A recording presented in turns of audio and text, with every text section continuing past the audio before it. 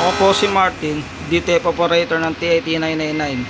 Nagamit ito ng 6 na araw na may bilang na 143 meters.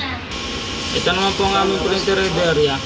Ang galing palit po ng color at saka white noong November 29, 2025 po. Ito naman po ang aming copy na may 100% good condition. Head clean.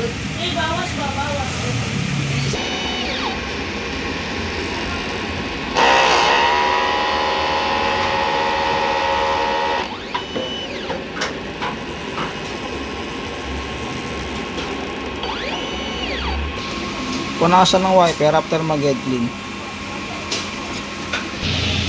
Nozzle check. Ito po, buo naman po lahat. Ang ink system po namin, tama lang po ang level.